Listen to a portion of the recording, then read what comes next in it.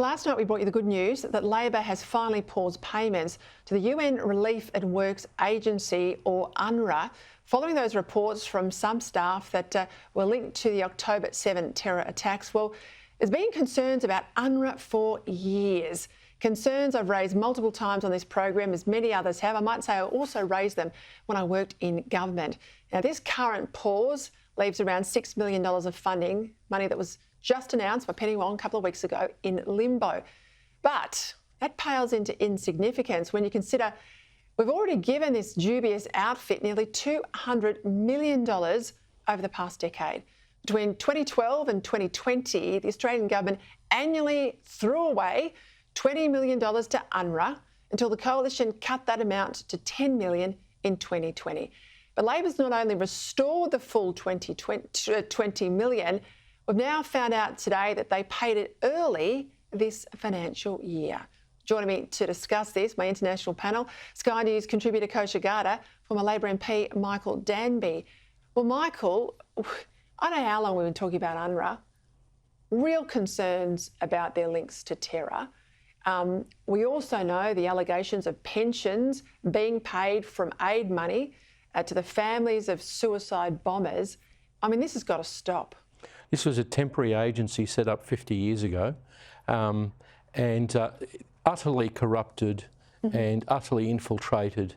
All of the well-meaning people of the world, from Australia to Germany, are wasting their money on this outfit. It ought to be swapped out with UNHCR, whose hierarchy can't be infiltrated and who won't use the money they get from international donors to build a tunnel network bigger than the London Underground, or B, a third of their budget being paid for what they call pay for slay. So if you murder someone, you get a pension for your family.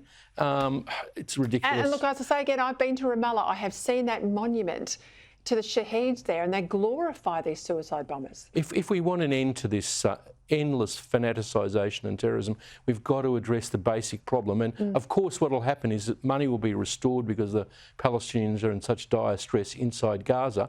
But medium term, Penny Wong and the ministers in this government swap it out with UNHCR. It's a simple and just solution. And look how the people are being treated. We know the money doesn't even reach them. I think, Kosha, more broadly though, this is a UN body.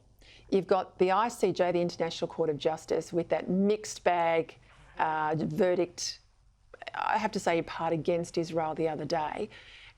Why are we in the West, who believe in the rule of law, in a democratic nation, being dictated by the UN? When you look at the membership of the UN, they're either Islamist countries, they're dictatorships, they're all manner of Marxist, communist types.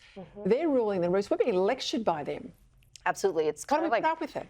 Frankenstein monster sort of comes back and, bites you. It had good origins. It made sense when it was set up, but it's a classic case of just something that's permanently temporary, as Michael said. It, overstays its welcome. There's a lot of bloat, like everything else. There's these absurd paradoxes of the types of people that are on the Human Rights Council or anything else.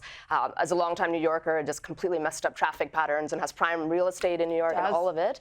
But it has support. It often becomes like a funnel for maybe people's pet causes that get funneled through, like what we just discussed. And just, I think ships get harder to turn around when they get so big that it almost has to get to a point of complete distrust from the public for something drastic to happen, because otherwise there's no incentive to reform it around the margins. I can't find a Republican watcher who says now that Trump won't win. We hear today that even after the next race, Nikki Haley reckons she's going to stay in. Do you think they're right?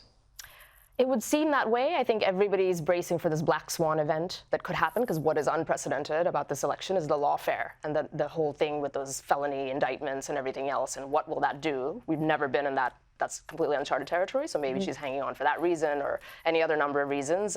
But if you just look at the organic support in the Republican Party and in the country in swing states right now, it would support what you're saying and what everybody's saying.